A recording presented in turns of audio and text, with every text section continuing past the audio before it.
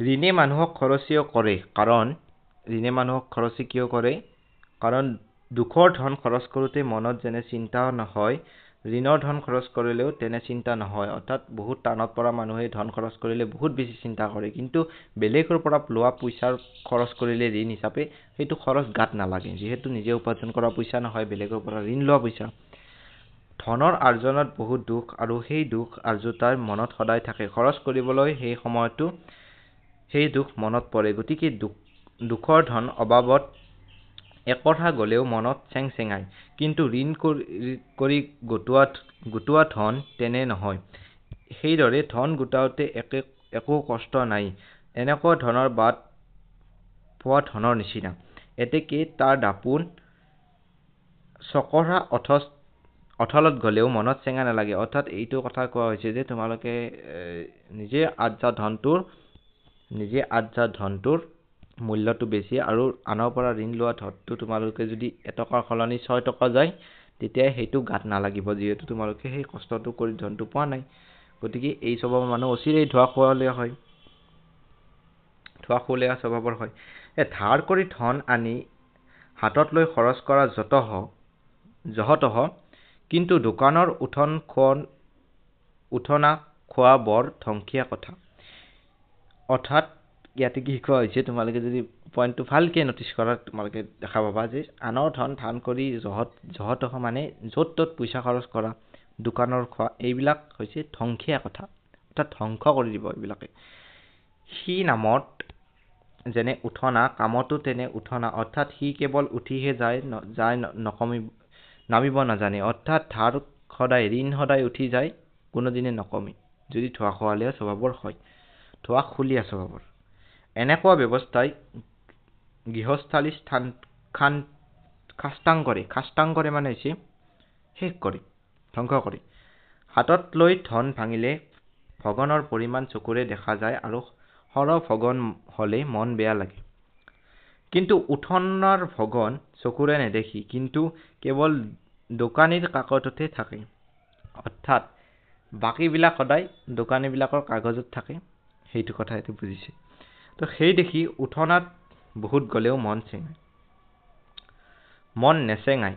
অৰ্থাৎ বেলেগৰ পৰা ঋণ লৈ তুমি যদি বাকীও মাৰিবলৈ যোৱা, বহুত বেছি বাকীও উঠে, তে মন চেঙিব লগা কথা নাই, কাৰণ সেইখিনি ধন তুমি বেলেগৰ পৰা লৈছা, নিজে আৰ্জা নাই। বিশেষত নগদ ধনেৰে কিনিব লাগিলে মানুহে সৰু অভাৱলৈ মন নকৰে, কিন্তু তেনেকুৱা বহুত অভাৱ আওকাণ কৰি সংসাৰ চলায়। কিন্তু উঠনাত চলা মানুহে এটা অভাৱো সহিব নোখোজে। এটা সামান্য বস্তুৰ নাটনি হলে সিহঁত অস্থিৰ হয়, আৰু তাক তৎক্ষণাৎ কালিয়নে পূৰণ কৰে। অৰ্থাৎ কি কৈছে, আনৰ ধন ব্যৱহাৰ কৰে, যিবিলাকে বিলাসিতা দেখুৱায় বা বিলাসী জীৱন লয় আনৰ ধনেৰে, তেওঁলোকে কি হয়, অলপ কিবা ডেইলি লাইফত বা দৈনন্দিন কামত অলপ কিবা বস্তুৰ হেৰাফেৰি, অৰ্থাৎ হেৰাফেৰি মানে হৈছে অলপ বস্তুৰ কিবা খেলি মেলি হলেও তেওঁলোকে সহ্য নকৰায়। অৰ্থাৎ কিবা এটা প্ৰয়োজনীয় বস্তু যদি শেষো হয় বা নাটনি হয়, তেতিয়া সহ্য নকৰে। সেই নাটনিটো কোনো পধ্যে মানি নলয়, সেই নাটনিটো অতি সোনকালে তেওঁলোকে পূৰ কৰিবলৈ চেষ্টা কৰে। অৰ্থাৎ তাক যিকোনো প্ৰকাৰে নাটনিটো পূৰ কৰিবলৈ অহৰহ চেষ্টা কৰে, প্ৰচেষ্টা কৰে। ধাৰ কৰি ধন গোটাবলৈ বৰ উজু, সেই দেখি অলপ কিহবাৰ নাটনি পৰিলে মানুহ ধাৰলৈ মন মেলে। ই বৰ অযুগুত কথা। ধাৰ নিজেই এটা বিপদ। সামান্য নাটনি হলে হাত মেলা উচিত নহয়।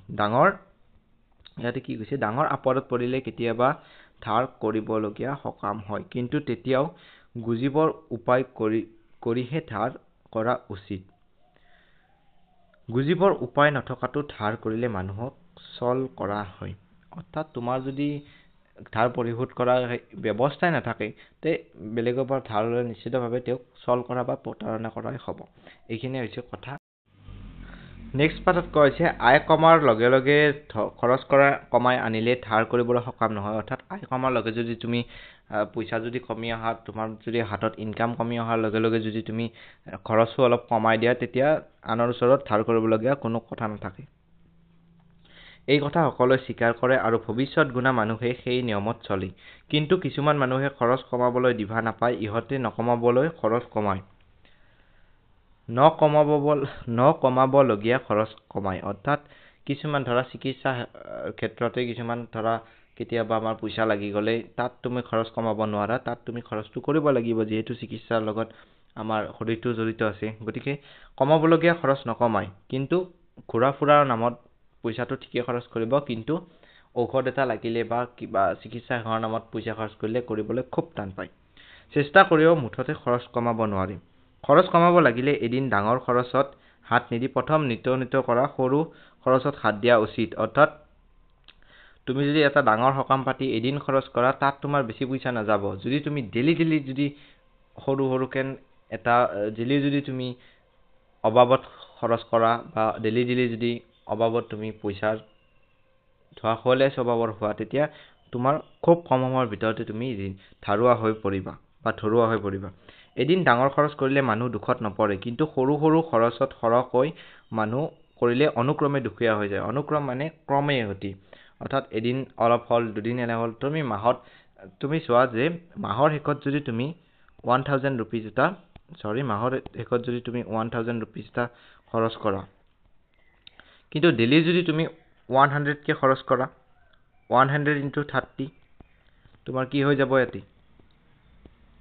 300। এতিয়া 300 is always greater than 1000। গতিকে তোমালোকৰ কি হৈ যাব ইয়াতে, তোমালোকে ধৰুৱা হৈ যাবা।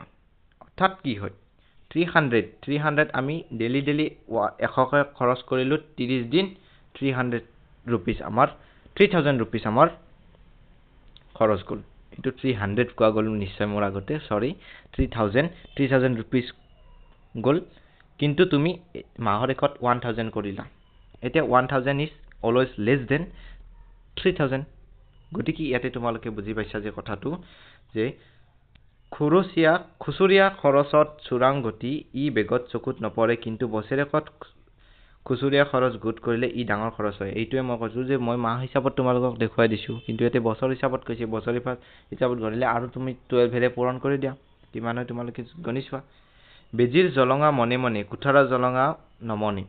অৰ্থাৎ ইয়াতে এইটো বহুত ডাঙৰ কথা, এইটো ভাৱ বহলাই তোমালোকৰ লিখিব আহিব পাৰে, এইটো তোমালোকে চাবা। অৰ্থাৎ বেজীৰ জলঙাটো, অৰ্থাৎ সৰু খৰচবিলাক আমাৰ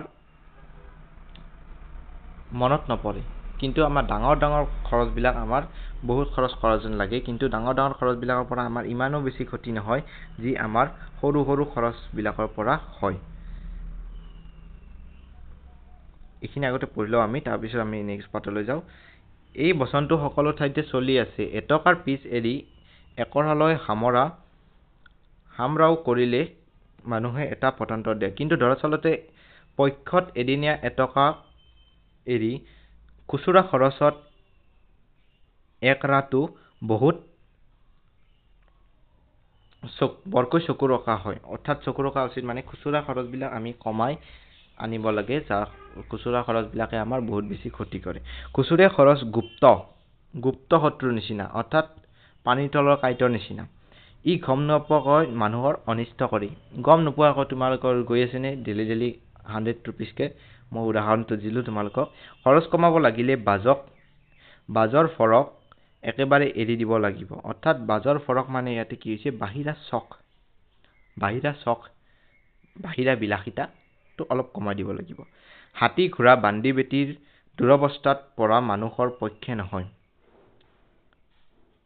অৰ্থাৎ হাতী ঘোঁৰা, অৰ্থাৎ গাড়ী ঘোঁৰা এইবিলাকৰ বুজাইছে, বা লগোৱা লিখছো, বান্দি বেটি আগতে অৰ্থ বুজাই থৈ দিছোঁ। এইবিলাক খৰচ কৰা মানুহৰ পক্ষে নহয়, অৰ্থাৎ কম পইচাৰে এইবিলাক পাব নোৱাৰি। দুদিনত দান দক্ষিণাও অযুগুত। অৰ্থাৎ অৰ্থাৎ তোমাৰ যদি মাহিলী যদি উপাৰ্জনে 3000 টকা হৈ আছে, আৰু তোমালোকে যদি ইয়াৰ পৰা 500 rupees দান বৰঙণি দিব বিচাৰিছা, তে এইটো সম্ভৱ হৈ নুঠিব। তোমালোকৰ হাততে 2500 থাকিব, এইটো তোমালোকে মনত ৰাখিবা।